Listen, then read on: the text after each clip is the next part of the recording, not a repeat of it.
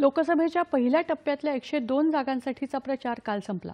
देशातली 17 राज्य आणि 4 केंद्रशासित प्रदेशांमधल्या 102 जागांसाठी या टप्प्यात मतदान होणार आहे।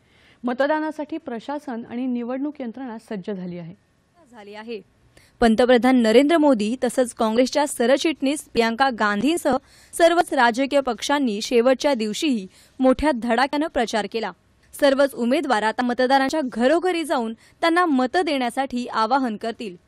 पहिल्या टप्प्यात तामिळनाडूच्या 39, राजस्थानच्या 12, उत्तर प्रदेशच्या 8, मध्य प्रदेशच्या 6, उत्तराखंड, आसाम आणि महाराष्ट्रातल्या 5, बिहारच्या 4, पश्चिम बंगालच्या 3, अरुणाचल प्रदेश, मणिपूर, मेघालय राज्यांच्या 2, तर छत्तीसगड, मिझोराम, नागालँड, सिक्कीम, त्रिपुरा, अंदमान निकोबार, जम्मू काश्मीर, लक्षद्वीप आणि पुदुच्चेरीच्या प्रत्येकी एका जागेवर 19 तारखेला मतदान होणार आहे।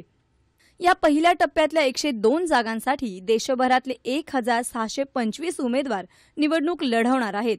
यामध्ये 1491 पुरुष तर 134 महिला उमेदवार निवडणुकीच्या मैदानात आहेत। पहिल्या टप्प्यासाठी तामिळनाडूतून सर्वाधिक तर नागालँडमधून सर्वात कमी उमेदवार निवडणुकीच्या रिंगणात आहेत।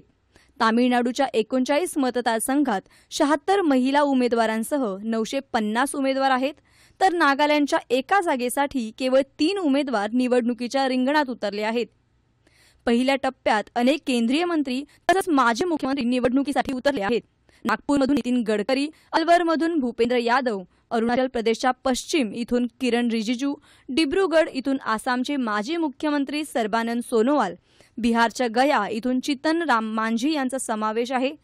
तेलंगणाच्या माजी राज्यपाल डॉक्टर तिमिलिसे सौंदरराजन चेन्नई दक्षिणमधून निवडणूक लढवणार आहेत।